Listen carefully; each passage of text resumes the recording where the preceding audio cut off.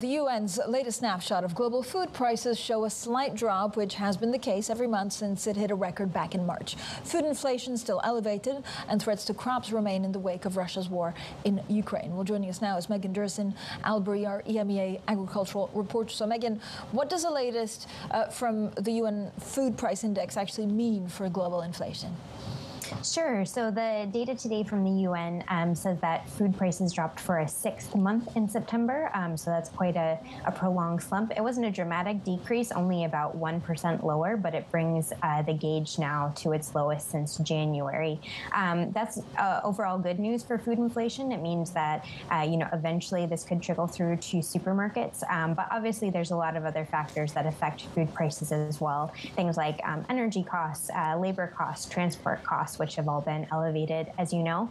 And one key thing we're still watching is, Ukraine crop exports have been picking up these past month or two after the deal had been struck for them to resume seaborne trade. But that deal is due to expire in November. So a lot is going to hinge on whether officials can agree to extend it and if Ukrainian agricultural shipments will continue in the months ahead.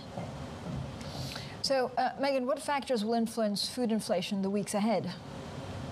Sure. So as I mentioned, the situation in Ukraine is pretty vital for food prices going forward. They are a major exporter, as you know, of wheat, of corn, of vegetable oil. Often, we're also watching, where demand stands.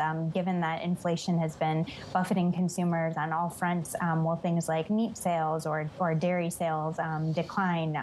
Some of those more higher priced food options. And as always, the weather is a key thing to watch. We're in for another year of La Nina, and all eyes are going to be shifting to how crops are faring in South America in the coming months. So those are some of the watch points we're all keeping track of here on the food price front.